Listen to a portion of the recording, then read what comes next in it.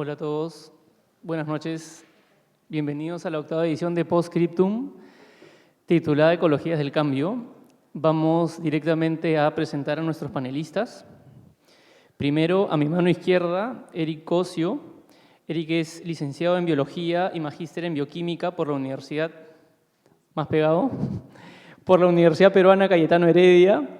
Es doctor en Botánica por la Universidad de Miami. Ha sido becario postdoctoral de la Fundación Alexander von Humboldt en la Universidad de Freiburg, en Alemania. Y es profesor principal del Departamento Académico de Ciencias en la sección Química. Es también director del Instituto de la Naturaleza, Tierra y Energía, INTE. Sus intereses se han centrado en la bioquímica de la post-cosecha de productos agrícolas y la dinámica de procesos bioquímicos que movilizan el carbono en ecosistemas tropicales. Y ha recibido financiación local e internacional continua para sus proyectos de investigación. A mi izquierda, Susel Biondi es arquitecta por la Universidad Ricardo Palma y magíster en Sustainable Building and Urban Design en el Institute for Housing and Urban Development Studies en Países Bajos y es doctora en Arquitectura Sostenible por la Universidad Católica de Lovaina, en Bélgica. Es docente de nuestra facultad desde 2003 y desde 2017 enseña la maestría en Arquitectura, Urbanismo y Desarrollo Territorial Sostenible. Además, es socia fundadora del estudio Pollone Biondi Arquitectos.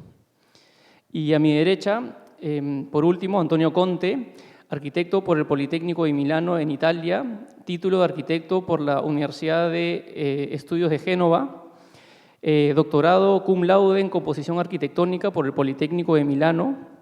Tiene estudios postdoctorales para el Ministerio de Investigación Científica en Italia y ha ejercido pasantías de investigación científica en la Universidad de California, Berkeley y en la Fundación Menier en París. Muchas gracias a los tres panelistas por su presencia. Buenas noches a todos, gracias por estar presente. Para lanzar el conversatorio vamos a retomar la tradición que tenemos en Postscriptum de basarnos al inicio del conversatorio sobre los textos, y creo que uno de los temas que aparece en el texto, digamos, de Ross, pero también en el texto de Susel y de Antonio, es el tema de la dialéctica o de la relación entre naturaleza y historia y condición humana, ¿no? Esa discusión que hay en los textos sobre ese tema. Y creo que me gustaría pasar un poco la palabra a Eric para que, digamos, si estás caliente o para menos para calentar un poco el conversatorio sobre ese tema de la perspectiva también que hay, digamos, sobre la naturaleza. También creo que desde tu postura, desde digamos, también, digamos, desde como director del INTE, yo creo que hay más allá de tu disciplina, pero creo que dentro de tu disciplina hay mucho aporte o mucho interés para abrir este debate sobre ese tema, ¿no? De la relación del humano con la naturaleza, ¿no? ¿Me escuchan?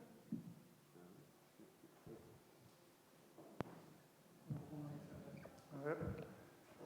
Pues lamentablemente, bueno, ahora sí, ya, mi voz no lleva mucho, yo normalmente tengo que usar micrófono a veces en clases relativamente grandes.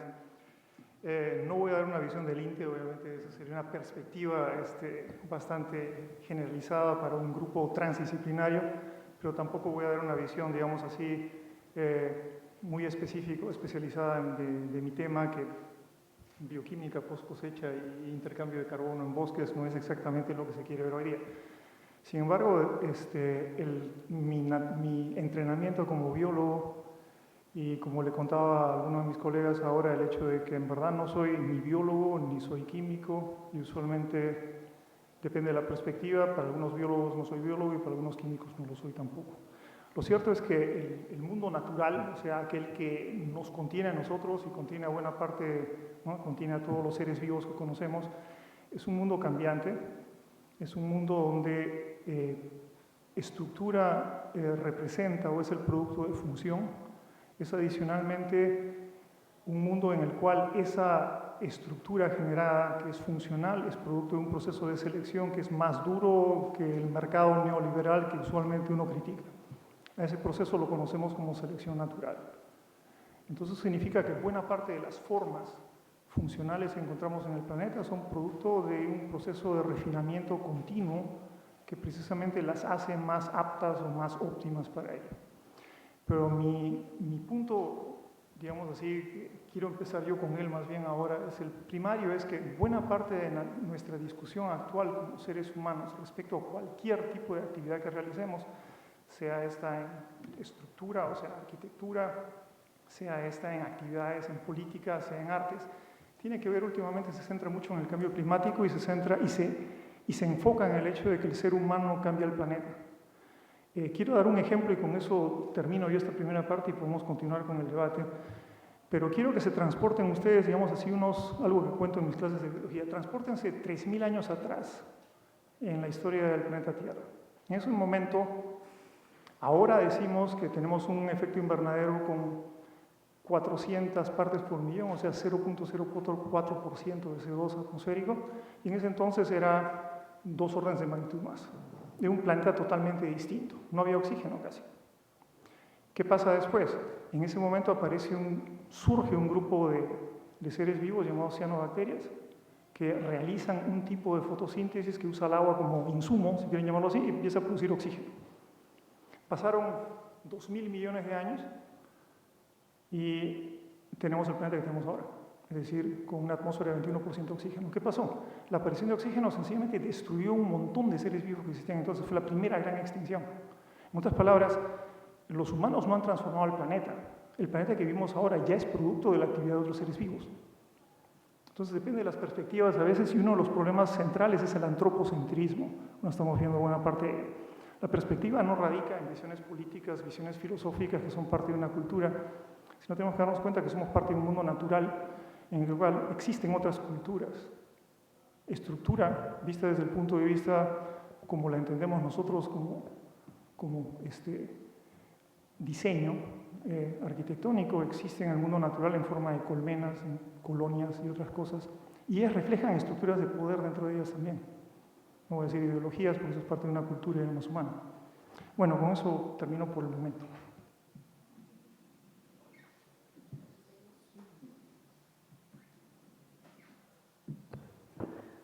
Me encanta tener una perspectiva no arquitectónica en estas reuniones, que normalmente somos muy como ensimismados, ¿no? Y nos encontramos solo entre arquitectos.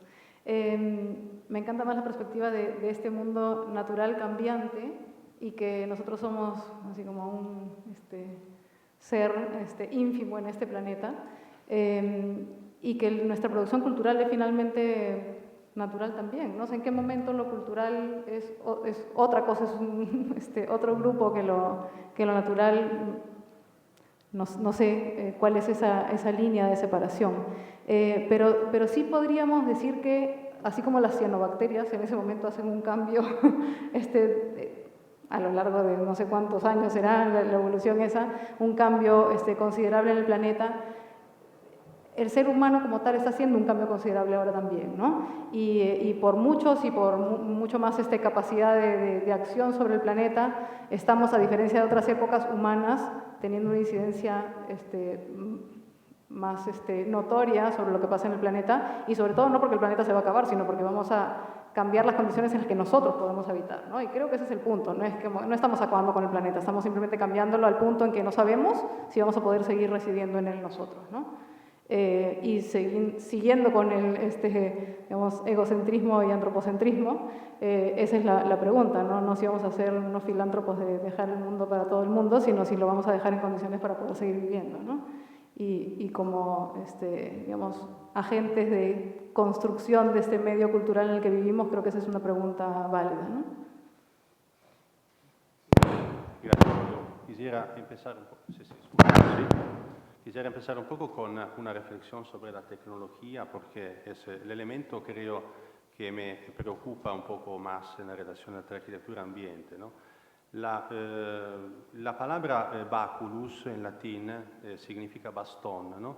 Y la forma diminutiva, pequeña, es el bacillum, ¿no? Por eso que en biología decimos en castellano el bacilo, porque tiene una forma de bastoncito.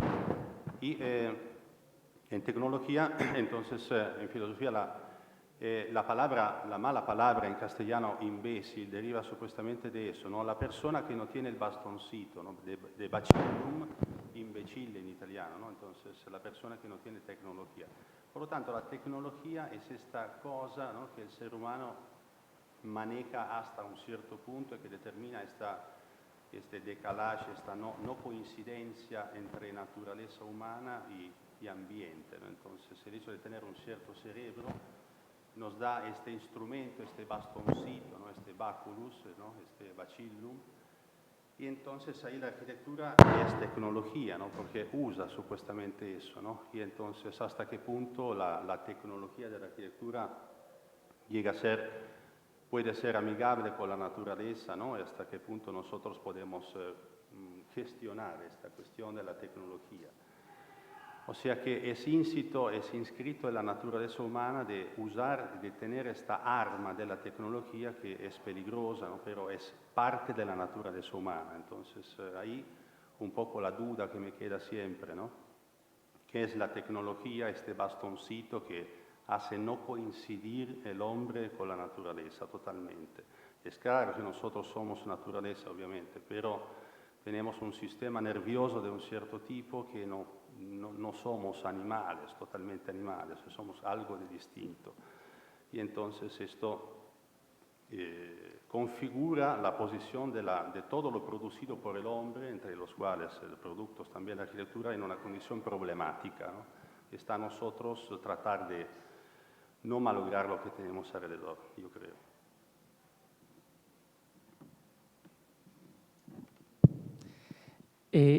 Me parece sumamente interesante este punto y quisiera como retrotraerlo a la primera parte del texto central, donde el autor toma una postura bien clara diciendo que él considera que no existe una historia del cambio climático o de esta evolución, no sé cómo llamarla, a nivel global del planeta, y es una distinción.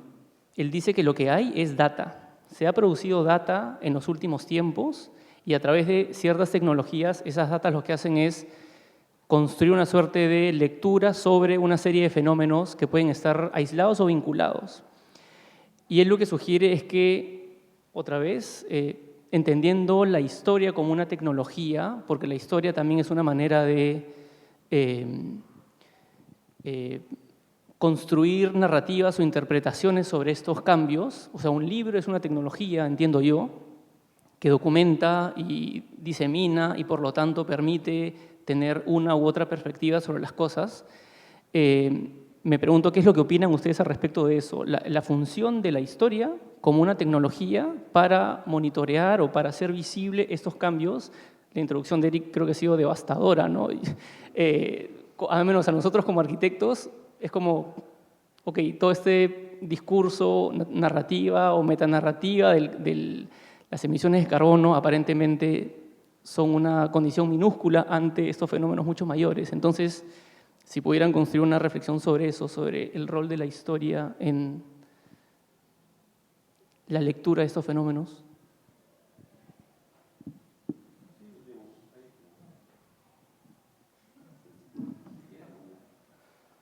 Arranco yo y tomo la palabra entonces.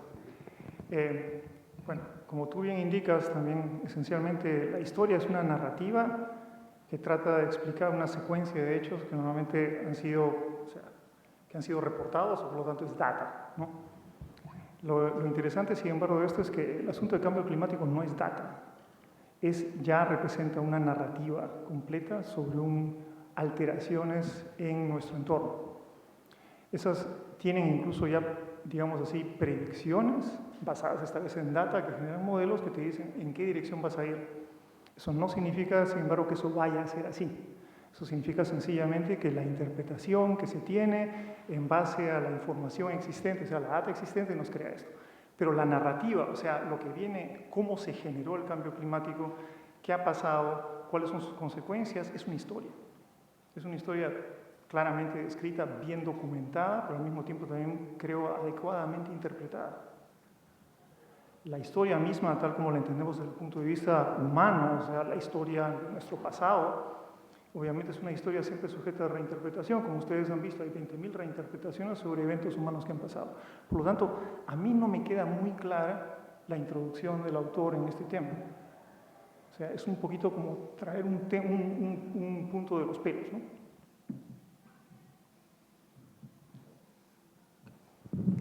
Yo me voy a colgar de lo que dijo Eric porque pienso exactamente lo mismo. Yo creo que te había comentado antes que estaba en desacuerdo con eso de que no hay historia del cambio climático porque finalmente es parte de la misma historia que podemos contar, ¿no?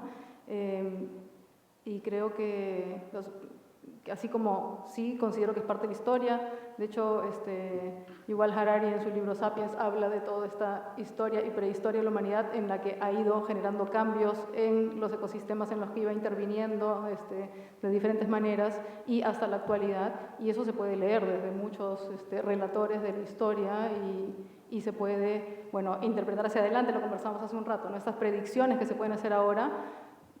No sabemos a ciencia cierta si va a ser alguna de esas precisa o no, pero se están viendo escenarios posibles y escenarios en la medida que cambian en la medida que cambiemos las acciones ahora, ¿no? Entonces creo que sí está bien registrado y bien estudiado qué es lo que ha venido pasando y a partir de ahí qué es lo que puede pasar en adelante, ¿no? Sí, el tema también a mí me ha quedado poco claro la postura del autor, ¿no? En relación a la historia con la naturaleza. Efectivamente es un tema complicado. Yo me acuerdo la distinción de Claude Lévi-Strauss sobre la distinción entre sociedades calientes y sociedades frías, ¿no? Esta relación cíclica con la naturaleza y la relación direccional, en cambio, de las sociedades avanzadas, entre comillas, occidentales, ¿no? Pero lo que pasa es que ahora, hoy en día, hay el tema del dataísmo, ¿no? Del cual se habla mucho, y entonces la cuestión se hace mucho más densa y complicada. El tema de la histéresis, o sea, del acumular datas, ¿no? Entonces, acumulando datas se acumula el crecimiento, el conocimiento, entonces esto genera un avance. O sea que esto es, como decir, también un arma más que nosotros podemos tener, en este caso, hacia la naturaleza, ¿no? El hecho de tener mucho más data, entonces el hecho de conocerla, controlarla mejor y controlar nosotros mismos, ¿no? Entonces eso, el tema del avanzar con el conocimiento, ¿no? Por medio de la acumulación de los datos. Y esto genera quizás un mayor control, pero historicizar la naturaleza es algo que también es un poco ambigua la cuestión, porque, o sea, la naturaleza razona por principios, ¿no? Principia, o sea, nosotros tenemos eventos, datos, o sea, la dimensión histórica es una cosa, la dimensión natural es otra cosa, ¿no? Yo me acuerdo de esta distinción de Wilhelm Windelband, ¿no? Sobre la distinción entre nomotesis y ideografía, ¿no? La nomotesis es el conjunto de principios científicos, las ciencias exactas, por ejemplo, ¿no? Mientras que la ideografía, en cambio, es el conjunto de los datos, ¿no? De los eventos, de los hechos humanos, entonces ahí el tema de la histéresis, ¿no?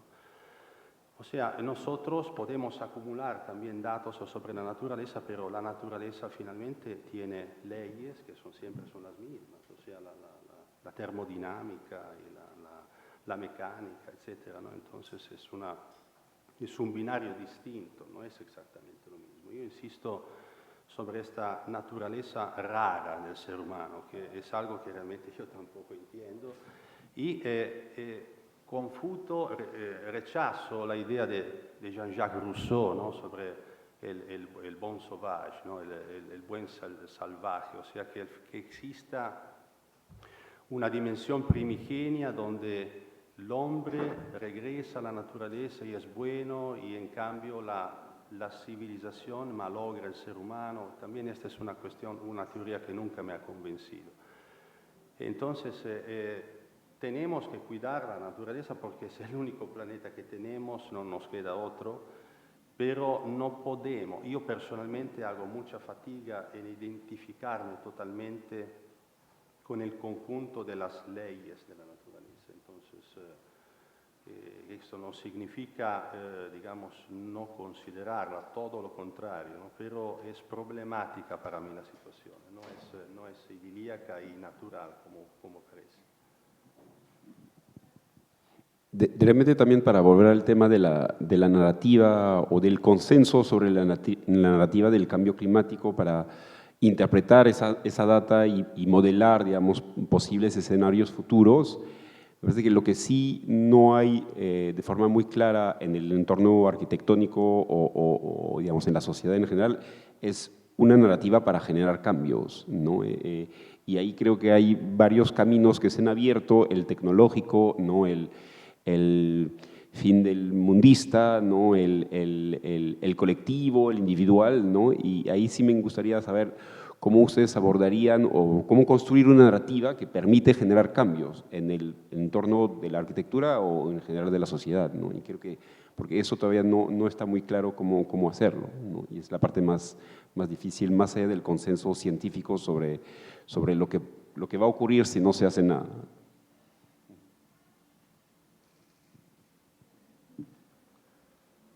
Muy ordenaditos hoy día, yo empiezo siempre primero de izquierda a derecha, ¿no?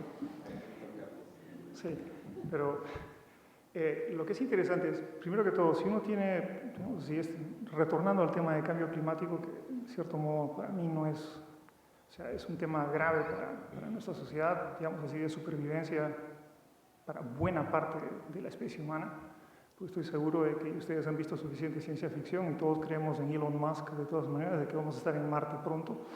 Pero retornando al asunto de espacios vitales para los seres humanos y para la mayoría de seres humanos, el tema central con reacciones al cambio climático es que retornemos de nuevo, hagamos historia.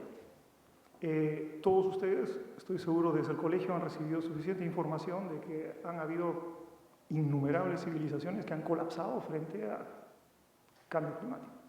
Si nosotros nos paseamos por el Perú, vamos hacia el sur, vayan ustedes a Cerro Baúl en Moquegua, era un sitio del Imperio Huari, se fueron, lo quemaron, lo cerraron, lo enterraron literalmente y tuvieron que abandonar todo esto durante el colapso. Fue un colapso significativo en ese periodo de la caída de ese imperio,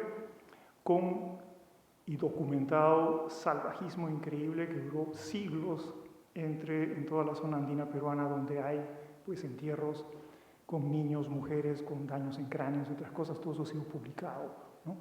Entonces estamos hablando de que el imperio Tiahuanaco cayó también con una sequía, otro cambio climático, donde se puede diagnosticar que el nivel del lago Titicaca descendió y eventualmente colapsó la cultura completamente. Cultura moche se extinguió también en un periodo de inundaciones, como los que tenemos ahora, seguido de un proceso de sequía también relativamente largo. En otras palabras, el planeta cambia constantemente y las culturas o se adaptan o sufren los daños. La diferencia, por supuesto, es que el imperio moche, el imperio Huari, Tiahuanaco pueden haber caído, pero actualmente tenemos un sistema mucho más globalizado, ¿no? En el cual, por lo tanto, los daños se expresan pues, en términos globales y hay países que van a terminar como estados fallidos y otros que van a estar pues, encima de todo el bolondrón. Entonces, ese tipo de respuesta es la clásica y la manera como estamos abordando digamos así, el encuentro del humano con el cambio, que es algo que el humano ha encontrado por toda su... Voy a tomar un caso más de biología, y discúlpenme. Lo llamo yo el caso de los 12.000. Se supone que todos los que estamos sentados en esta mesa tenemos una diversidad genética humana muy grande. Pero resulta que al principio de la historia de la evolución humana, ahí en África, cuando todavía estábamos en nuestro punto original de comienzo, hubo un proceso climático muy serio. Y se sabe hoy día que todo lo de diversidad genética que tienen los humanos hoy en día es muchísimo menor que la de chimpancés. ¿Por qué? Porque partimos de lo que se conoce como un cuello de botella demográfico que produjo entonces lo que somos ahora. En otras palabras, el cambio es parte y no existe una cosa que podamos llamar respuesta al cambio. Eso se da o no se da dependiendo de estructuras, en el caso de los humanos, en el caso de estructuras políticas, sociales y otras. Y en estos momentos tenemos un sistema que está respondiendo y un sistema educativo que también está respondiendo, pero no sabemos si va a responder lo suficientemente rápido para el cambio climático que tenemos. Véanlo en escala menor. Aquí se ha atribuido que el cambio climático que hemos tenido, que llevó a inundaciones en el norte y con un montón de daños materiales y un montón de sufrimiento de personas, está causado entonces por un ciclón, por el fenómeno del Niño, por aumento de temperaturas, que son las tres de las mismas cosas que ya se ha dicho incluso en la prensa, de una cierta ministra que estaba mencionando eso el fin de semana, y que sin embargo lo que estamos hablando es que no hay la infraestructura, y sabemos bien que esa infraestructura es deficiente. Entonces, ¿cómo promovemos un cambio si ya sabemos que buena parte de lo que se hace normalmente y las construcciones aquí no están adaptadas para lo que potencialmente es un cambio climático? Requiere mucho dinero, mucha educación y gobernanza, que es probablemente la clave para la supervivencia de cualquier sociedad, ¿no?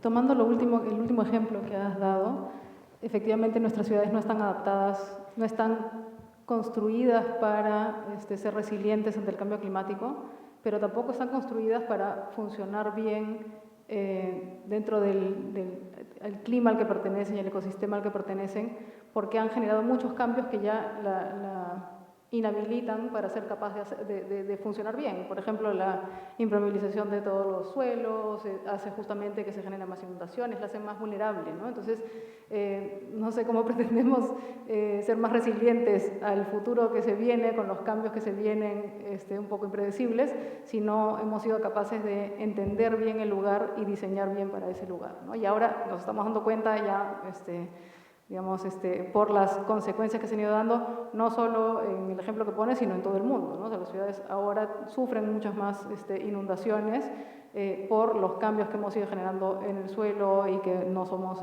funcionales al régimen de lluvias y a las condiciones que deberían haber sido parte de la relación o la comunicación con ese medio y el modo de construir naturalmente en él, ¿no? Sí, claro. A mí también el tema, acabo de leer recién un artículo donde se decía que la población humana, casi el 50%, vive en áreas metropolitanas. Entonces, las metrópolis son el núcleo, digamos, de donde se tiene que resolver el problema, ¿no? Principalmente. Y hay una cuestión en estos últimos años en varias ciudades, el tema de redescubrir un poco la cuestión de la densidad, ¿no? De la densidad habitacional, ¿no? Por hectárea, ¿no? Entonces, el hecho de regresar en un cierto sentido a la idea de ciudad compacta, ¿no? El famoso odio de James Jacobs, ¿no? Vida y muerte de las grandes ciudades para la ciudad difusa, ¿no? Para la ciudad jardín, que en realidad era una ciudad que vista en la óptica de hoy implica un alto costo de manutención, muchas carreteras, muchas luces, muchos alcantarillados, ¿no? Entonces, hoy en día hay una tendencia marcada, ¿no? Lo que he visto en ciudades europeas de planificación de recompactar la ciudad. Entonces, yo creo que, en primer lugar, la cuestión de la sostenibilidad, cuando se habla de construcción, tiene que ser una cuestión de urbanismo, ¿no? Entonces, macro-regional, regional, y escoger modelos de asentamientos realmente válidos, ¿no? Y obviamente, por supuesto, también después el último anillo, la última cadena, que es la arquitectura, ¿no? Entonces, cuando se construye un edificio, pero ante todo el problema es un problema de asentamiento en un sentido general. Entonces, yo creo que una de las acciones principales en términos gubernamentales es la cuestión de la planificación y del diseño urbano, donde la cuestión de la sostenibilidad se enfrenta en términos metropolitanos, ¿no? Y igualmente, en segundo lugar, también a nivel arquitectónico. Yo creo que esto sea uno de los temas de los cuales más se conversa, ¿no? A nivel de administración urbanística. Es un tema que me interesa mucho personalmente. Para agregar un poquito más al tema urbano, o sea, está toda la problemática de cómo construimos ciudades y si debemos densificarlas o expandirlas y qué condiciones de suelo y qué condiciones de habitabilidad, ¿no? Y el tema de la densidad es una pregunta clave que creo que todavía oscilan las respuestas dentro de para dónde debe ir, ¿no? Pero ese es solo el problema como cuando vemos la ciudad en sí misma y no estamos viendo todo lo que requiere la ciudad para funcionar, ¿no? Y ahí está como toda la huella que tiene y todo lo que trae de otros lugares para funcionar y todo lo que deriva a otros lugares, ¿no? Por la misma operación de las ciudades. Eso se puede, bueno, de hecho hay indicadores que lo calculan, pero creo que tenemos que, como siempre, enfocarnos en las dos cosas, ¿no? O sea, en las calidades de estos espacios construidos que vamos produciendo y todo lo que es requerido para que eso suceda, ¿no? Que también estamos generando impactos en las calidades de otros lugares del planeta y que en el caso actual es totalmente global, ¿no? De todas las partes del planeta, no de ni siquiera un hinterland cercano, ¿no? Efectivamente, creo que, Antonio, tú lo tocas justo en tu segundo párrafo, ¿no? Esta idea de que hay alteraciones inevitables sobre los territorios, no solamente sobre las, digamos, configuraciones urbanas. Y en relación a eso, reboto nuevamente en el texto central. El autor comenta básicamente que la disciplina arquitectónica intenta constantemente imaginar nuevos escenarios, pero imagina nuevos escenarios basados siempre en los mismos modelos erráticos. O sea, y voy a leer un pequeño fragmento, ¿no? En un momento en el que nuestros sistemas y estructuras tienen agotada la capacidad de la Tierra para sostener la vida, se revalidan en la proyección de futuros resilientes y sostenibles, ¿no? Bueno, quizás me equivoco, pero creo que esa idea de resiliencia y de sostenibilidad radica en, nuevamente, la tecnología, ¿no? Radica en la eficiencia sobre cómo gestionar la energía, su captación, su contención, su redistribución. ¿Qué opinan sobre esos modelos? Douglas Spencer llama eso los ecoimaginarios de la arquitectura. O sea, hay como mucha especulación, pero siempre basada en los mismos modelos que pueden ser cuestionables. Entonces, si hablamos de repensar la densidad o repensar los entornos urbanos quizás más destacables, podríamos decir que inherentemente llevan problemas que no están siendo resueltos, y básicamente lo que está siendo resuelto a través de un tipo de tecnología es la captación de energía, no sé, solar, eólica y, como digo, redistribución, pero no va más allá. O sea, no sé si es necesario con una tabula rasa, ¿no? Un nuevo inicio, pero el autor al menos cuestiona eso. Quería saber sus opiniones. Miren, claro que hay todo uno storytelling, ¿no? Es indudable, ¿no? Pero yo creo que se habla muchísimo de esto hoy en día, el tema de la inteligencia artificial, ¿no? Que va a la mano con el dataísmo. O sea, en el momento que nosotros tenemos a disposición un montón de datos, ¿no? Que nosotros mismos, seres humanos, por cantidad no podemos procesar, ¿no? Pero a través de instrumentos tecnológicos tenemos la posibilidad de procesar. Probablemente, digamos ahí, cruzando una serie de factores y datos, ¿no? La cuestión se hace mucho más sistémica, mucho más compleja, ¿no? Entonces deja de ser una solución sobre un determinado tema, descuidando las otras. Se hace una cosa mucho más compleja, ¿no? O sea, el tema, antes citaba la cuestión de la densidad, ¿no? de las ciudades, ¿no? Me acuerdo este cuento, este capítulo de Vitruvio, donde el rey macedone, Alejandro Magno, rimprovera al arquitecto de Inócrates, ¿no? Porque Inócrates le diseñó una ciudad justo para él, con la sua imagen, etc., ¿no? Pero esta ciudad no podía funcionar supuestamente porque no había contemplado la llegada del agua, el desagüe, los recursos naturales varios, ¿no? Entonces vamos por ahí, o sea que el tema del urbanismo, si queremos enfrentarlos de manera realmente provechosa y eficiente con la complejidad de la sociedad en la cual nosotros hoy vivimos, tenemos que enfrentarlo con toda una serie de datos que nosotros sin instrumentos, sin inteligencia artificial no podemos gestionar, yo creo. Entonces, yo creo que esta solución se va a encontrar, tal vez, obviamente no tengo la esfera de cristal, pero con un aumento de tecnología. Esta tecnología en este caso es la tecnología de la información, ¿no? Que pueda permitirnos de atrevernos a dar soluciones más estructuradas y más sistemáticas. Creo, espero, quiero ser optimista. Perdón, tengo un ejemplo en mente, ¿no? Este nuevo gran proyecto, The Line, que ha causado furor en la última Bienal, ¿no es cierto? no es más de lo mismo, o sea, no propulsa el extractivismo en el Medio Oriente y centra la innovación en, qué sé yo, nuevos materiales, captación solar, etcétera, pero van a producir un edificio, una escala planetaria, probablemente, que lo que hace es, no sé, seguir en la misma línea del cambio climático o de la emisión de huellas de carbono.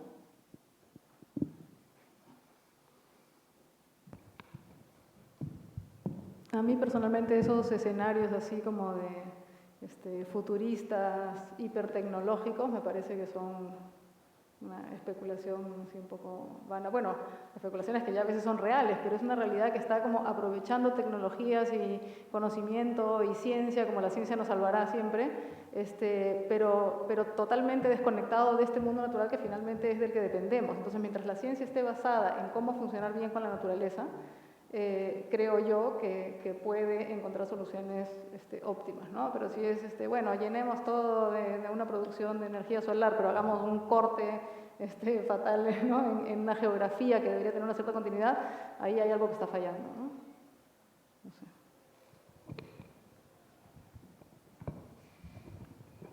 Sí, es interesante ver que un buen número de diseños y arquitecturas propuestas están basadas precisamente en el uso, no voy a llamar indiscriminado, pero definitivamente tal vez excesivo de materias primas que se extraen en otros lados.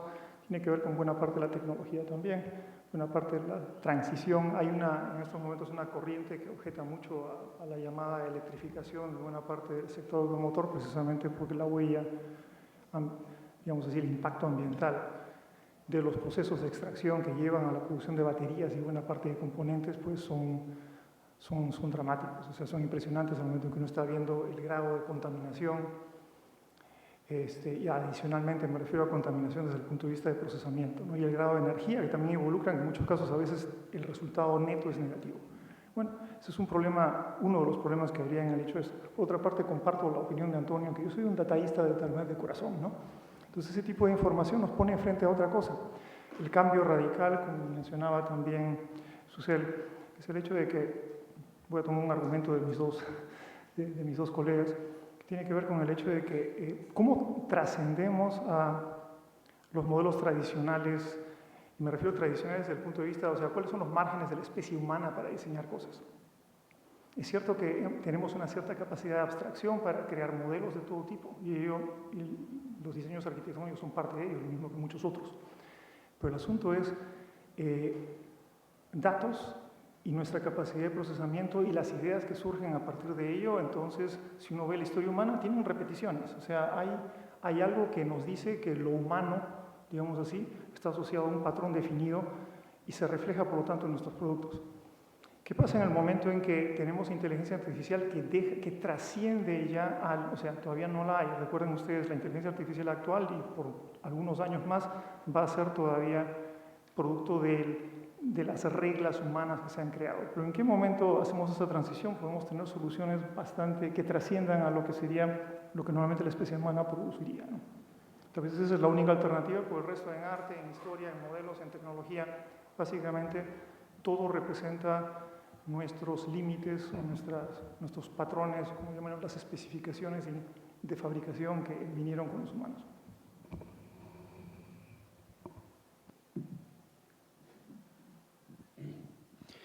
También hay un tema que nos parecía bien relevante y que aparece en los textos, es el tema, digamos, energético, ¿no? Que también, Antonio, tú lo abordas, digamos, partiendo también desde el fuego, ¿no? Desde la fogata, desde el hogar, ¿no? Y obviamente en el tuyo, Susel, aparece obviamente más vinculado digamos, al consumo energético, ¿no? que exige ahorita nuestra sociedad, ¿no? Y ahorita sí me gustaría lanzar la reflexión sobre la relación entre la energía y nuestros modelos arquitectónicos, ¿no?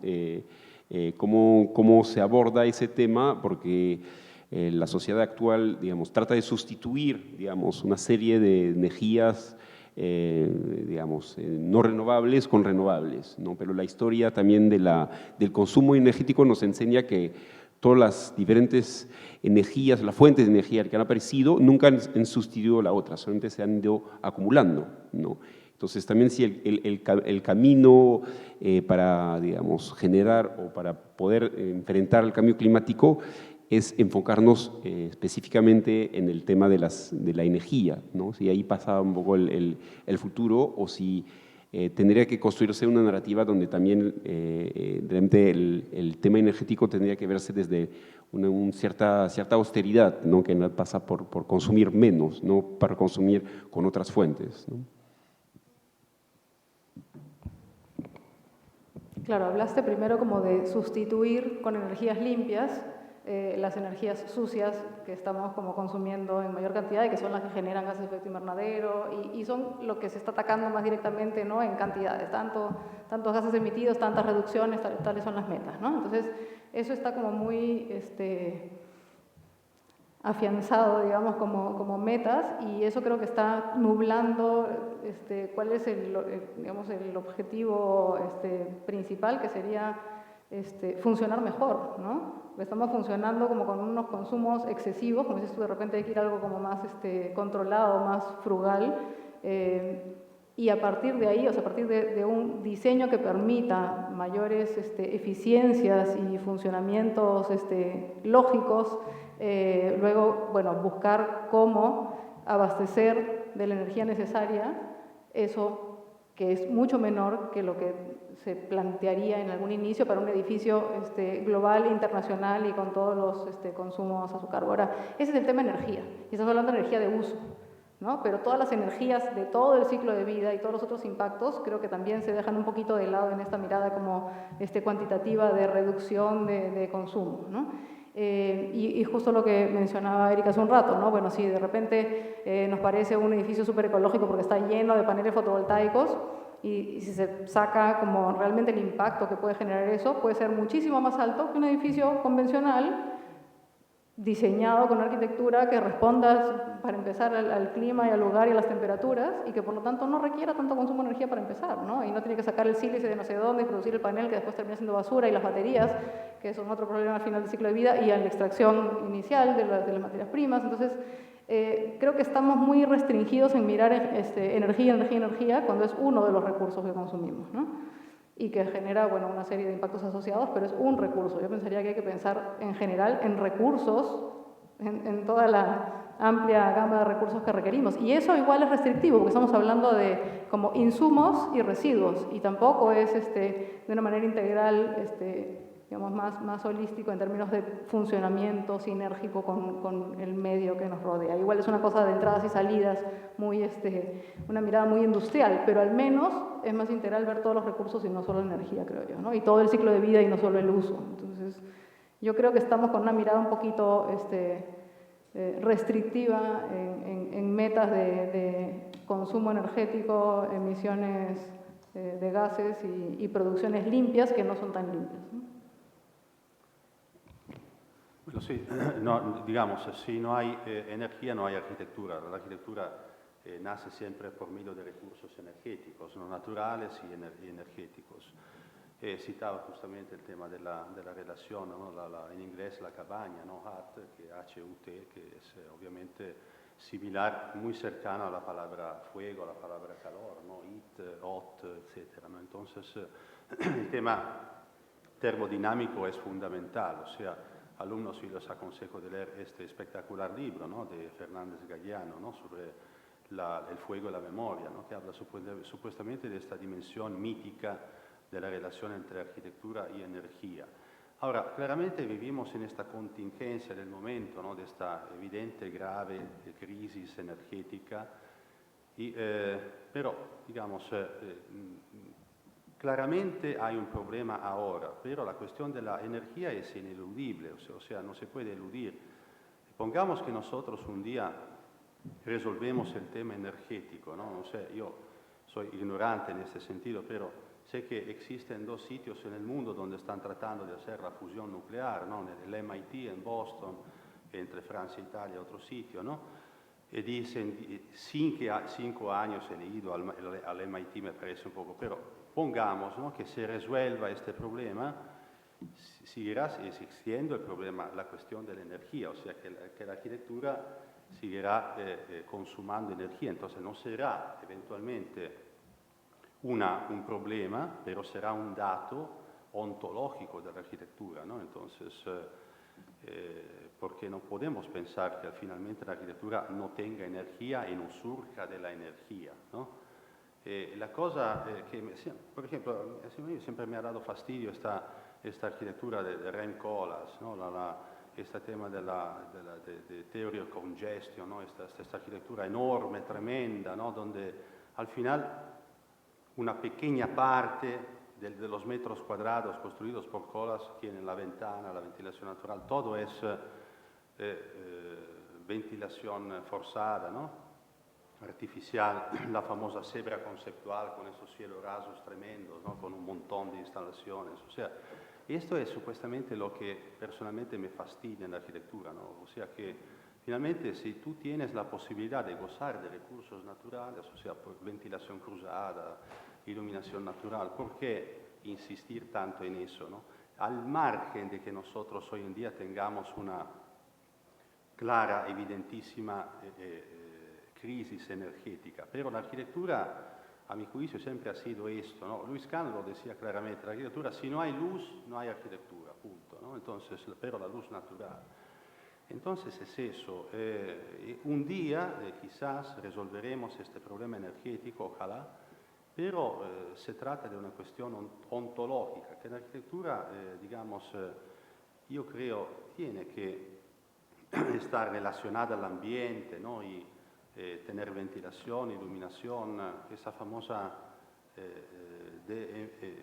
environment bubble, ¿no? Esta cosa de Rainer Baumann, ¿no? Esta bola tremenda, ¿no? Es una idea que personalmente no comparto en arquitectura, ¿no? Entonces, esta relación con el ambiente es imprescindible, a mi juicio, al margen de todo eso, creo eso.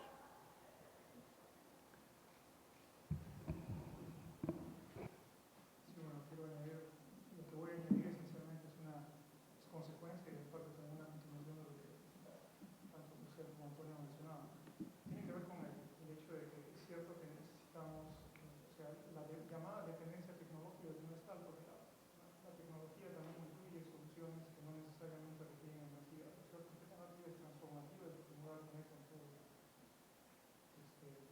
todo modo.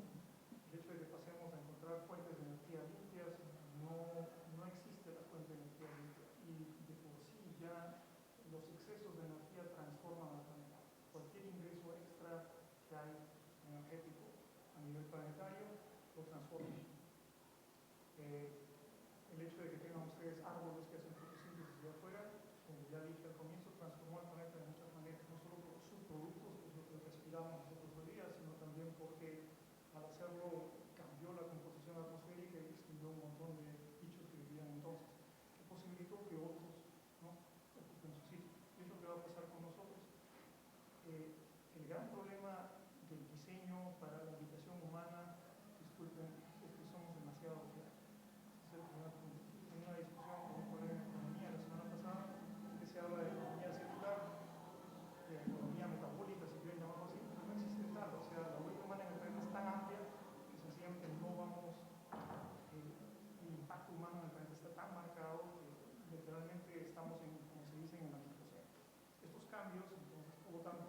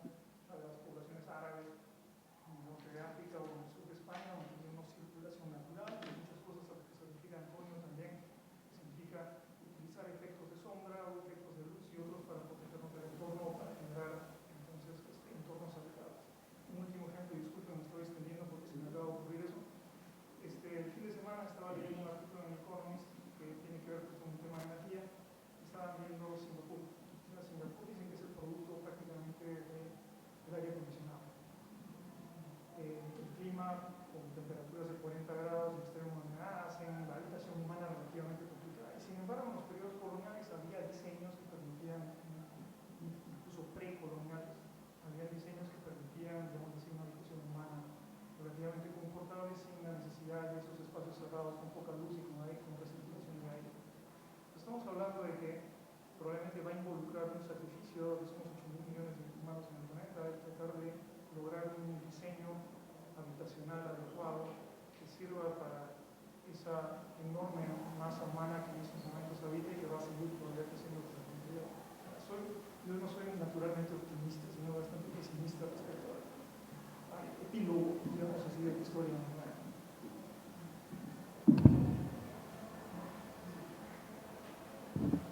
Estaba pensando que en realidad hay que ver de manera antropomórfica la arquitectura, no el cambio climático en realidad. ¿No? Al parecer, me parece interesante. Hablando sobre la idea de gobernabilidad o de estructuras de poder, Eric, regreso al texto, hay también, quizás puede ser, podemos pasar a comentar sobre las políticas del taller de diseño sobre estos problemas, es que el autor nuevamente coloca como objetivo de al menos su taller de diseño dos cosas, ¿no? La primera esencial, que es en vez de entregarle a un alumno un terreno vacío, un lote con medidas y supuestamente hacer un edificio directamente ahí, es de entrada cambiar las políticas de inserción, ¿no es cierto?, del edificio, y es intervenir en un edificio que ya existe y que está vinculado a todas estas redes de poder, corporativismos, producción, etcétera, de la economía.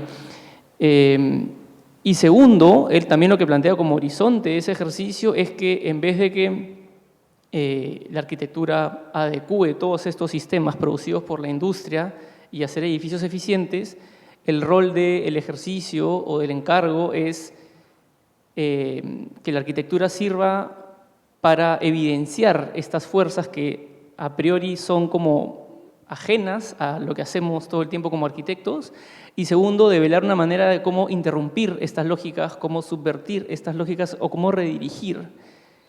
¿Cómo se imaginan eso? A ver, por ejemplo, leí un artículo donde hay una crisis inmobiliaria en Nueva York, ¿no? Porque un montón de torres corporativas obviamente ahora están vacías, que no saben cómo usarlas. Algunos encima piensan de poner departamentos, pero en una torre tremendamente grande donde obviamente los cuartos no tienen luz, entonces es un problema serio, ¿no? Y la cuestión, creo, del intervenir, o sea, yo creo que la indeterminación funcional sea algo que juegue siempre a favor de los arquitectos, ¿no? Entonces, la posibilidad de remodelar los edificios, intervenirlos, me parece siempre algo de positivo, ¿no? Siempre huir de este determinismo, ¿no?, funcionalista, con estos esquemas rígidos que te dicen que el edificio lo usas solo de una determinada manera y luego lo botas, ¿no? Por ejemplo, en Tokio, cada 30 años botan los edificios, ¿no?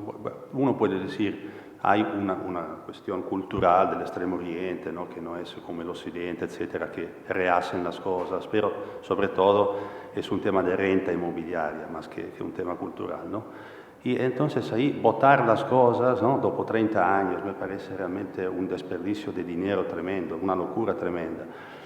Y hay edificios siempre que se pueden adaptar. La historia nos enseña mucho esto, ¿no? No lo sé, por ejemplo, la Basílica Palladiana en Vicenza, en Italia, ¿no?, del 500, cada 2 años, del 500 hasta hoy, se ha utilizado miles y miles de veces con usos distintos. O sea, es un edificio, es una especie de Pompidou del Renacimiento, más o menos, ¿no?, con implantes igualitos. O sea, la cuestión de la indeterminación funcional es fundamental, yo creo. Es una de las armas que nosotros arquitectos tenemos para usar de manera inteligente los edificios, pero obviamente hasta un cierto punto. Y la duración, que es entonces algo que va a la mano con esto, ¿no? Entonces, ¿es correcto construir para luego tirar a la basura, ¿no?, después de 20, 30 años, o es mejor pensar edificios que duren más tiempo, ¿no? Pero con una flexibilidad de usos. Yo creo que debemos pensarlo eso.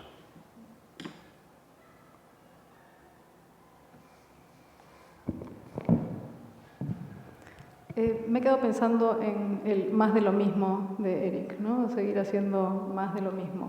Y pensaría que si vemos como esta situación como global, globalizada, homogenizante en la que vivimos, ese más de lo mismo es lo que se hace como en las ciudades anodinas, iguales en todas partes del mundo, y que de repente la respuesta está en buscar eso diferente, propio, ¿no? Y no lo que nos pasa acá, que Lima crece haciendo más así como esta emulación de lo que pasa en el resto del mundo un poco anacrónicamente, y después todo el resto de ciudades de diferentes tamaños del Perú se copia de Lima, ¿no? Cuando yo creo que debería estar pasando exactamente lo mismo. Si nos vamos a los pueblos, a cualquier otra región fuera de Lima o de las ciudades mayores, encontramos esa como sabiduría de vivir con ese medio que nos sustenta, ¿no? Entonces, eso sí creo que no es más de lo mismo, y eso creo que es lo que de repente hemos perdido y deberíamos volver a aprender, ¿no? A vivir con el agua, con el suelo, con el cielo, con el sol, y funcionar de repente un poco románticamente, porque claro, en esa cantidad de poblaciones de repente es posible, pero esas poblaciones también nos dan servicios ecosistémicos cuando hacen siembra y cosecha de agua, que es la que llega después hasta Lima,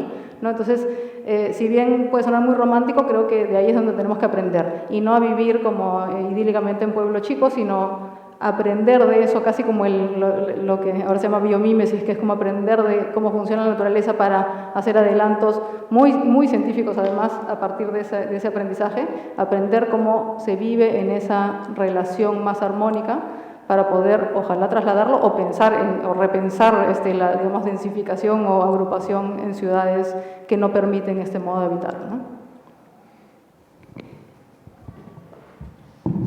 Sí, bueno, pero precisamente también eso nos lleva a que ese más de lo mismo, visto desde un lado positivo, es interesante, porque precisamente alguna de las soluciones más antiguas al reuso o reutilización de objetos de construcción, ¿no?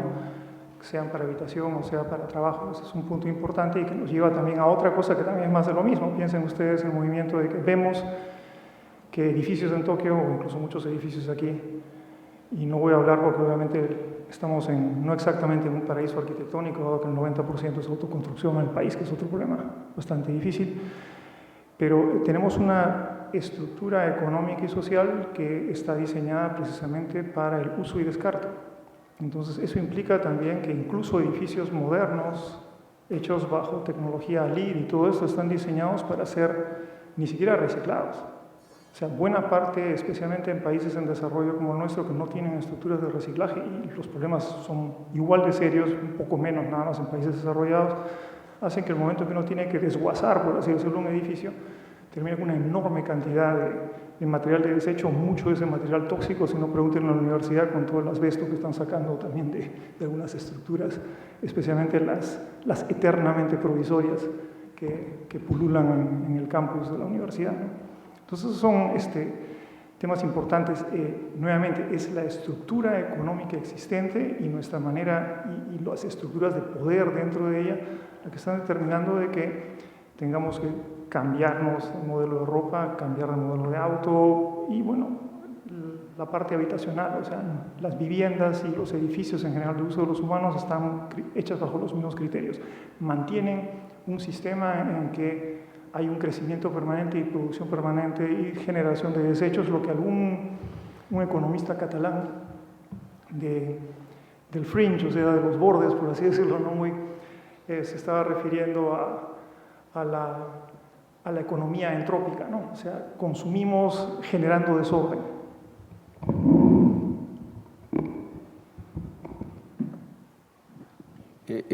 Con respecto a eso y también volviendo un poco al texto central, creo que más allá de la metodología que propone el autor para enfrentar el cambio climático y su relación con la arquitectura en el taller, creo que queda pendiente también en la academia encontrar las formas de enseñar, digamos, las competencias y las habilidades y los conocimientos para que los alumnos, digamos, tengan la capacidad crítica y operativa de abordar ese tema que, digamos, nuestra generación ha sido incapaz de enfrentar, digamos, de forma más contundente, ¿no? Entonces, más allá del tema arquitectónico, me interesa saber también si hay, no hay recetas, ¿no?, obviamente, para abordar ese tema, pero si hay pistas, ¿no?, de cómo la academia debía enfrentar ese tema, ¿no?, si de forma más especializada, si de forma más transversal, si de forma más radical, ¿no?, si de forma más política, ¿no?, si de forma más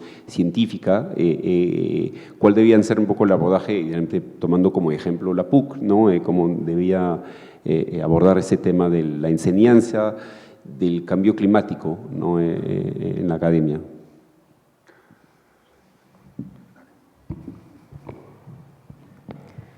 No sé si la enseñanza de cambio climático, pero la enseñanza en general, ¿no? Digamos, en arquitectura, para abordar esta situación que nos toca vivir. Yo creo que tiene que ser muy integral, ¿no? O sea, tiene que estar como permeado en todas las áreas de la currícula y tenemos que poder darnos esas herramientas, ¿no? El bastón del que hablaba, porque sin herramientas no vamos a poder actuar, ¿no? Y creo que el cambio de la currícula de esta línea, de toda la nueva línea de sostenibilidad va buscando eso, ¿no? La implementación la generación de las capacidades de todos los que van a ser arquitectos de poder decidir cuál es la medida justa para cada uno de los proyectos, porque en cada proyecto hay que ver cuál es el modo de actuar, en qué medida va a implementar versiones de más alta tecnología, menos tecnología, pero siempre va a haber tecnología, ¿no? Finalmente trabajamos con eso, ¿no?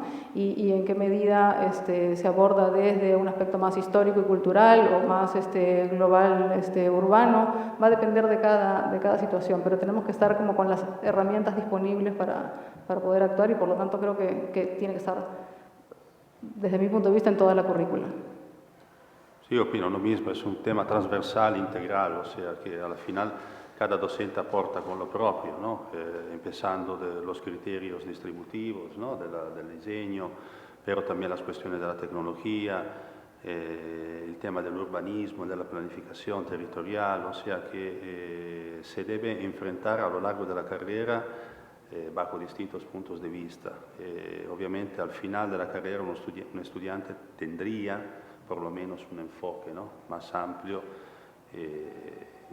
Uno luego se puede especializar eventualmente en algunos rubros, en algunos ámbitos, pero la carrera debe, en un cierto sentido, desde el comienzo, ¿no? O sea, que todas las escuelas, encima, una escuela inicial te enseña, ¿no?, a botar la basura bien, ¿no?, diferenciándola, etcétera. Esto es correcto, pero nosotros lo hacemos como arquitectos, ¿no? Y como arquitectos tenemos que hacerlo de manera estructurada y sistemática. No podemos pensar que solo sea un tema de tecnología o un tema es un tema complejo, ¿no?, que creo eso. Sé que soy el foráneo ahorita en la intervención, pero muy rápido. O sea, definitivamente cualquier currícula, sea de un ingeniero, de un biólogo, todos tienen que tener en cuenta una serie de cambios, en este caso la sociedad. Ahora, el cambio climático yo creo que no es un tema que sea fundamental, curiosamente, en una carrera como arquitectura e ingeniería. Y me voy a explicar, inmediatamente están pensando ustedes que estoy equivocado totalmente. Lo que estoy diciendo es que la preparación profesional es una preparación que debe educar para el cambio igual, o sea, es un aspecto constante en nuestro entorno. Ahora, lo que sí es fundamental en una carrera, por lo menos desde el punto de vista de director del INTE, ahora si prefieres, ¿ya?, es el hecho de que cualquier diseño en estos momentos debe estar pensado en la sostenibilidad de insumos y sobre todo también no en economía circular, que realmente no existe, porque la economía es cierto, es un proceso entrópico, o sea, está asociado con generar desorden a la hora que estamos refinando, pero de todas maneras causar el mínimo impacto, o sea, reducir la huella. Si pensamos que el sueño humano es tener un planeta donde 8.000 millones de humanos van a vivir de manera razonable, digámoslo así, piensen ustedes en qué consumo de energía estamos hablando si todo habitante de la Tierra puede tener un nivel adecuado, qué tecnología se necesita y cómo vamos a poder generar suficiente, lo que en inglés se llama el turnover, o sea, el ciclaje de todo este material y toda esta energía que estamos produciendo, como para que el planeta sencillamente ya no sea un planeta antropocéntrico, sino verdaderamente un planeta extremadamente, exclusivamente humano, ¿no?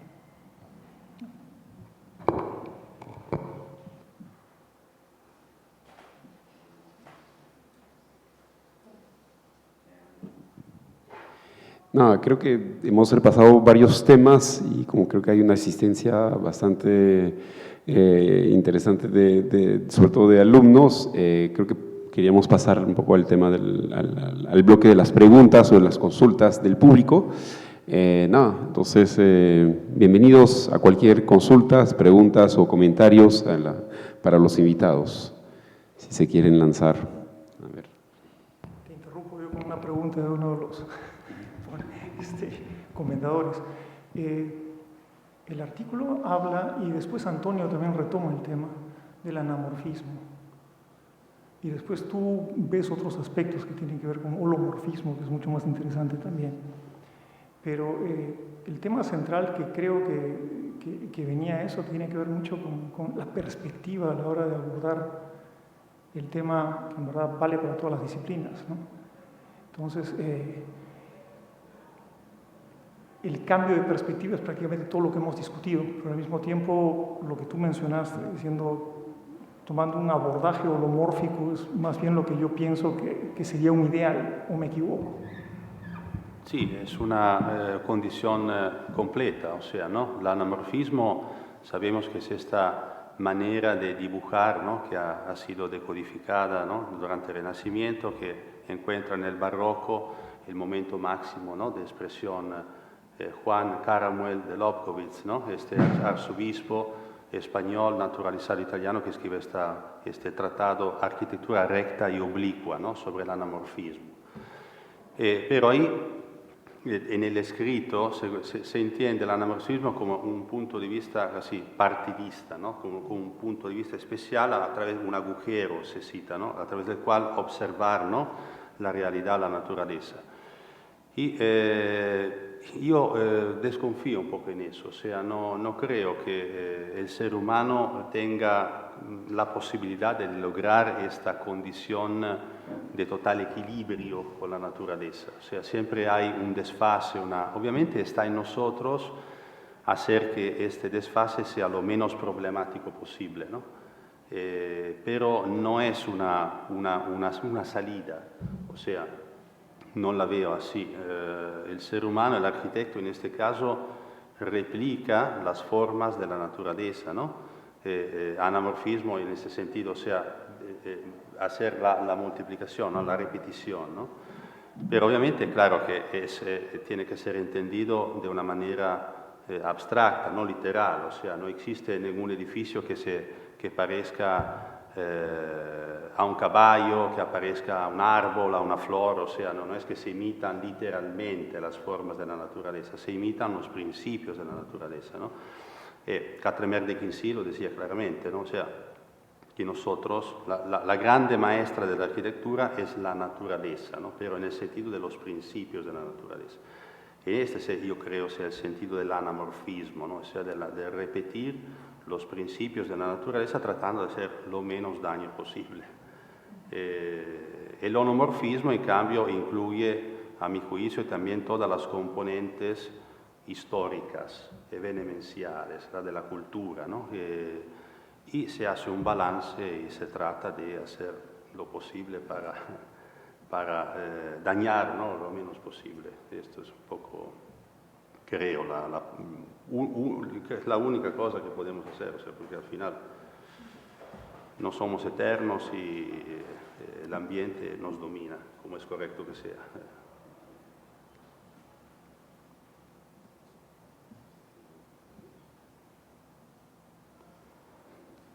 No sé si hay alguien que se lanza ahí. A ver, alguien del público que tiene una consulta o preguntas para los invitados.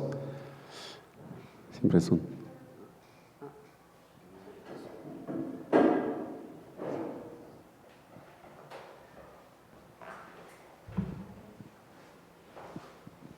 ¿Qué tal? Buenas noches con todos. Muchas gracias de verdad por esta conversación, ha sido sumamente enriquecedora. Y es más un comentario, la verdad, porque un comentario desde una recién egresada, que creo que es bastante importante igual porque digamos que sales de la universidad y te enfrentas con el mundo laboral, en el cual es bastante raro entrar de frente a diseñar, que es, creo, el objetivo principal para el cual me han formado, al menos en esta etapa. O bueno, yo lo siento así. Y digamos que en toda esta parte de la sustentabilidad es sumamente importante empezar a ver el rol del arquitecto no solo como diseñador, sino como gestor de un edificio y, por ejemplo, lo que decían, aprender a diseñar con el aire, con el agua, con la energía, me parece básico, porque, por ejemplo, en el trabajo he tenido que aprender como gestión de plan de manejo de residuos o cómo funcionaba un aire acondicionado.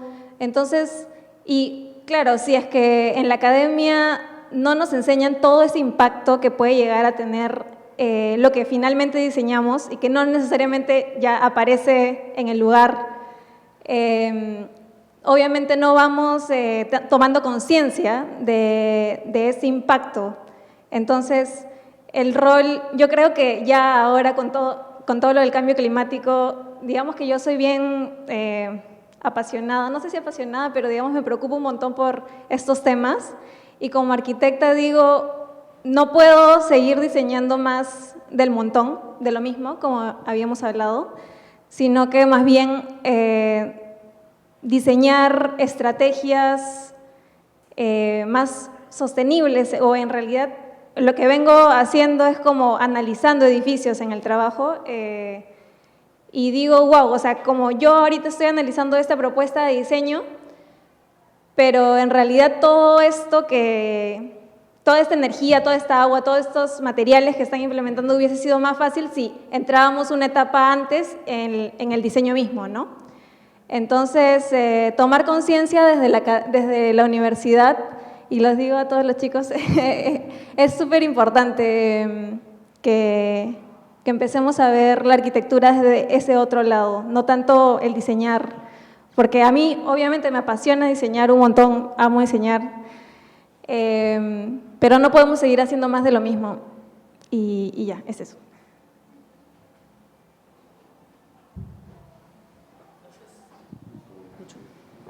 Pero sí se diseña eso que has dicho.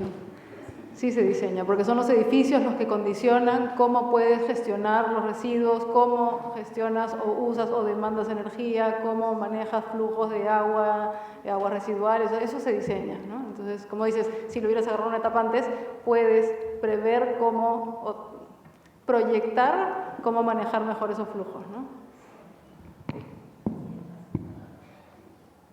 Sí, gracias por la conversación.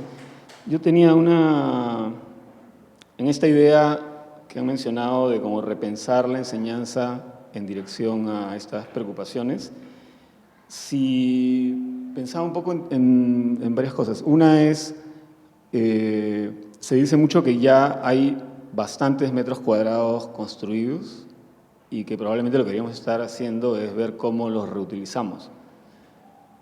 Pero claro, no tenemos casi ningún curso ni taller que enseñe eso, ¿no? Una primera preocupación. Entonces, si pensásemos que probablemente reutilizar es lo más importante, tal vez el 80% de la carrera debe estar pensada en esa dirección. Pensando en los cursos de historia, que nos enseñan siempre cómo construir nuevo, y en muchos casos cómo construir nuevo, y además justamente de manera no sostenible y de una manera un poco desperdiciada, como los casos de Le Corbusier, Mies, muy pegados a la industria, Kahn, pero eso es lo que nos nutre, ¿no? Y bueno, y lo anterior también. Entonces tal vez el 20% podría ser eso y el 80% de la historia de la arquitectura podría estar dirigida a reutilizar. Eso por un lado, ¿no? Es decir, Tal vez una cosa radical sería invertir las prioridades y pensar en reutilizar más que en producir nuevo, pero que además todo, ¿no? La historia, la teoría, los cursos de construcción, de estructuras, porque todo está orientado a seguir construyendo nuevo y además a seguir construyendo un poco como así, ¿no? Como estamos viendo acá. Entonces, probablemente ahí es donde podríamos terminar viendo un cambio. Pero claro, tal vez eso funcione en algunas sociedades. En Japón, por ejemplo, la población está decreciendo y a pesar de que la población está decreciendo, en algún momento por la burbuja se construyó más pensando en las tasas de crecimiento y cuando empezó a decrecer ya habían deforestado los bosques del perímetro de Tokio, ya habían construido un montón de casas que ahora están vacantes. Y tal vez, no sé, en Europa si sucederá algo parecido, pero claro, aquí probablemente estamos en una situación distinta, ¿no? Porque hay 1,5 millones, más de 1,5 millones de déficit de vivienda, pero tampoco nos sirve mucho todo ese paquete de cursos de historia. Tampoco estoy muy seguro si todo lo que Taller enseña nos sirva justamente para los problemas específicos que tenemos, ¿no? Ahí también habría una doble reflexión sobre qué enseñamos y qué tanto necesitamos todo este bagaje de conocimientos venidos de Europa y Estados Unidos. Ahora, pero claro, es un sistema, ¿no? Anthony King, que trabaja el tema de ciudades, dice que toda ciudad es un reflejo de su territorio. Es decir, la manera como manejamos el territorio construye una especie de lógica que se transfiere a la ciudad. Y yo estaría casi seguro de decir que la manera como se construye la ciudad transfiere una lógica a la manera como se construye la arquitectura, siempre habiendo excepciones, obviamente, ¿no? Entonces, tal vez no es tanto que la prioridad sea la planificación, sino como revisar toda la cadena, y toda la cadena está otra vez pensada siempre en estar como construyendo cosas nuevas cuando la sociedad tal vez va en la dirección opuesta, ¿no? Porque se hablaba de inteligencia artificial, probablemente empecemos cada vez, bueno, ya se tienen menos hijos, cada vez la gente está pensando menos en casarse, en tener hijos, más bien, como decíamos la vez pasada, tienen perros, gatos, y dentro de poco los perros y gatos van a ser electrónicos, y también probablemente los hijos lo sean. Entonces, tal vez eso conjuga perfectamente con esta preocupación por la huella ecológica.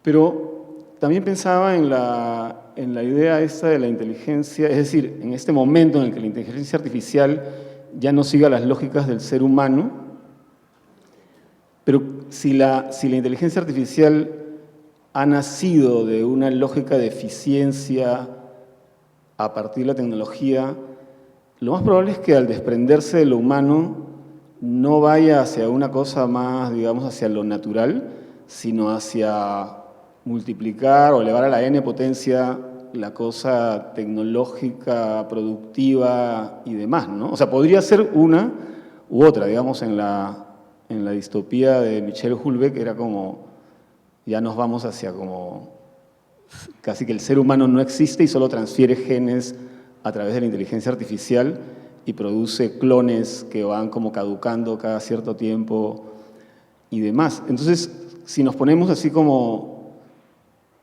no sé si decir rigurosos, pero si intentamos ser como, así como científicos tal vez, no sé, tal vez el asunto es como dar un vuelco de 180 grados, ¿no? ¿Alguna réplica?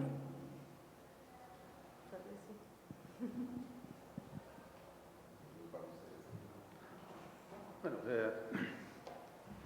el tema del reuso me parece ya una buena vía, o sea, el hecho de poder reusar la arquitectura no es una novedad, o sea, que en un edificio existan partes fijas y partes que se cambian, ¿no? Es una idea antigua, ¿no? Claude Perrault, ¿no? Que tradujo Vitruvio del latín al francés en el 600, dijo que existen partes en la arquitectura que se mueven, ¿no? Que se cambian y partes que no se pueden cambiar. También Auguste Perret, el maestro del Corbusier, lo decía, ¿no? Los metabolistas japoneses también estaban por ahí, ¿no? Aparte la escala, el tamaño tremendo de edificios, pero el concepto es eso, ¿no? Entonces el reuso es una estrategia, a mi juicio, inteligente, ¿no? Pero obviamente depende de caso a caso, ¿no? Y la historia de la arquitectura, claro, que ayuda, porque se estudia historia supuestamente para reflexionar sobre la estrategia del pasado, ¿no? Y decir si lo que estamos haciendo ahora está bien o está mal, tener una conciencia crítica. Yo creo que me gusta mucho, por ejemplo, últimamente una serie de estudios de oficinas, ¿no? Que son esta matriz, se dice post-estructuralista, ¿no? Que han derretido toda la función, ¿no? Entonces en las plantas ocurre un poco de todo, ¿no? Y ahí sí se ve, ¿no? La cuestión que el esquema distributivo es más interesa más, es más inteligente. Y hay cuestiones de distribución que se tienen que estudiar para hacer que el edificio sea sostenible en un cierto sentido, ¿no? Entonces la distribución es parte integrante de eso. Es todo un conjunto de piezas y de partes que se tienen que enseñar a los alumnos para que se espere, ¿no? Que mañana puedan aplicarlos y puedan hacer que... De verdad, o sea, yo veo Lima, veo todas, ahí es el tema de la autoconstrucción, ¿no? Veo tantas cosas, o sea que con estos techos de calamina o la pared de drywall, de superboard, o sea, parece más un stand que tiene que durar un mes, 2 meses. No es la idea que yo tengo de la arquitectura, sinceramente. Porque finalmente eso es un fracaso tremendo, o sea, ¿no? Es un botar el dinero con materiales que finalmente no se soluciona así, no es hecho, no se puede construir por 6 meses, no. Es algo que está contra la lógica de la protección del territorio, del ambiente, de una visión más inteligente de la arquitectura. Yo creo que nosotros docentes tenemos que trabajar en eso, sobre todo acá en Lima. Creo eso.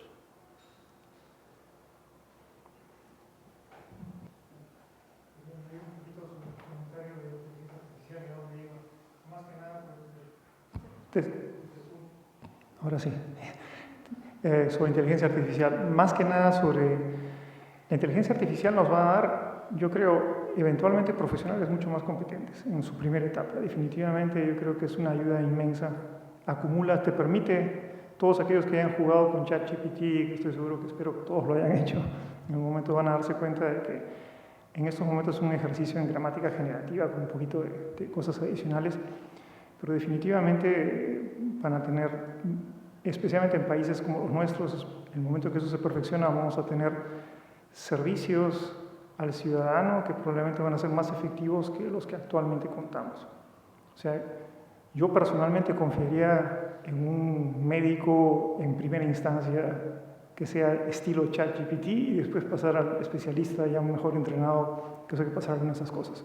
Pero por otra parte, no creo que el uso de inteligencia artificial vaya inicialmente a causar un cambio de paradigma en cómo se diseña nada, ¿no? O sea, habla de automóvil o habla de casa. Posteriormente yo creo que sí, o sea, el genoma de un ser vivo lo programa por qué avenidas va a ir. El programa de un sistema de inteligencia artificial lo limita inicialmente, pero si tú estás programando dentro de él su propia evolución, eventualmente va a encontrar soluciones que definitivamente no van a estar dentro de lo que tú o yo podríamos pensar como solución en ese momento. Yo creo que es una etapa natural y siguiente a lo que estamos haciendo.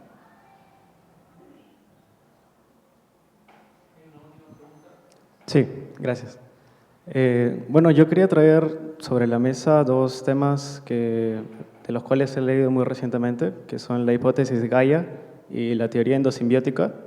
Estos son 2 términos que son comunes son comunes en la biología y en la ciencia, pero quizás en la arquitectura todavía no son muy relacionables. Este físico austriaco Fritjof Capra, en su libro La trama de la vida, habla sobre la teoría de los sistemas y la colaboración, la autopoiesis, tratando de llegar a un pseudo resultado científico en el cual se puede llegar a una conclusión sobre cómo los sistemas se relacionan, las redes. Y bueno, actualmente en la arquitectura existen ciertos ejemplos, como la arquitectura viva, por ejemplo, en el cual el humano trata de colaborar con microorganismos a través de los materiales para tener ciertos efectos energéticos y de limpieza del aire, del oxígeno, obtención de energía. Entonces, cómo estas ideas, estas especificidades quizás que se han ubicado en la biología o en la química pueden tomar pie y ayudarnos a repensar de nuevo lo que puede ser arquitectura.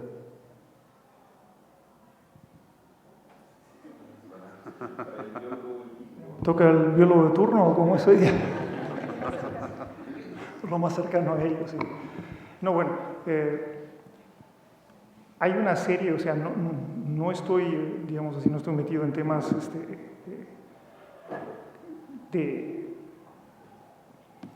como llamaríamos, viviendas vivientes, ya si quieres llamarlo así.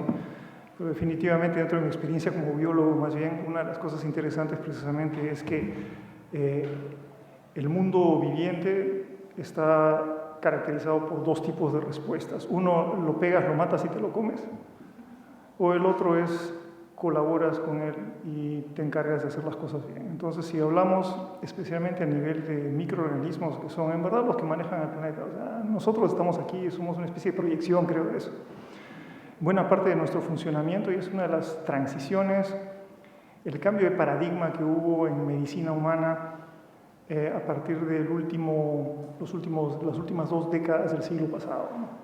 Es decir, que cuando yo fui, o sea, ya viejito como soy, fui a la universidad, no todo era, estudié mi bioquímica, estudié mis cosas con mis compañeros médicos y sabíamos bien que teníamos que, sabías qué reacciones hay, te ponían todas las listas, sabías qué enzimas, todo lo que usualmente a ustedes les hacen para el panorama este análisis cada vez que van a un médico y les piden ensayos.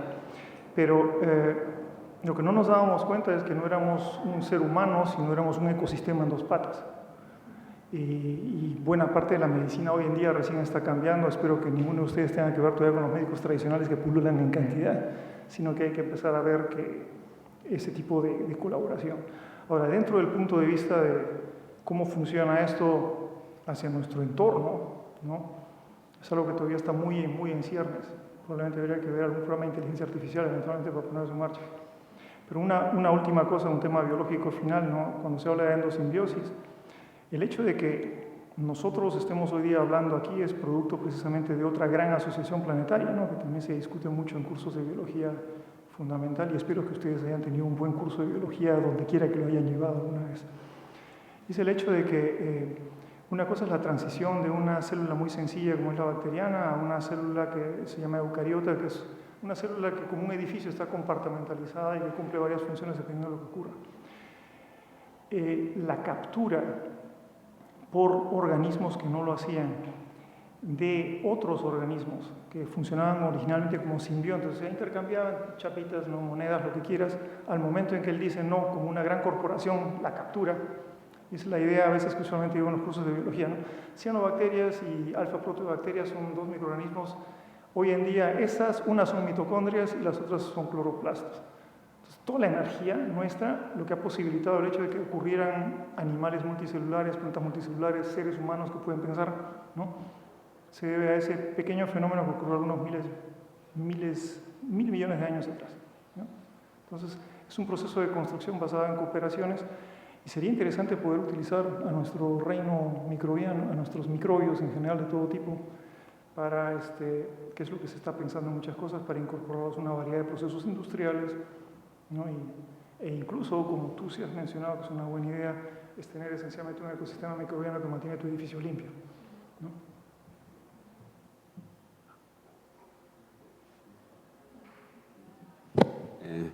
Nada, creo que con ese comentario del biólogo o químico, creo que podemos dar por cerrada el conversatorio. En primer lugar, agradecer obviamente a los invitados, ¿no? Susel, Eric y Antonio. Ha sido un gusto, un placer tenerlos con nosotros. También al público, gracias por venir en esas horas más tarde del día, temprano para los arquitectos, pero igual muchas gracias de haber participado y asistido al conversatorio. Recordarles que Postscriptum es un evento sobre teoría de la arquitectura que ocurre una vez al ciclo. Los textos producidos por los dos docentes internos a la facultad van a ser publicados no en la próxima revista A, que va a salir en julio, pero la subsiguiente, y que obviamente esperamos verlos en el siguiente conversatorio, en el próximo ciclo. Nada, muchas gracias a todos y ya, que vaya bien. Ya, gracias.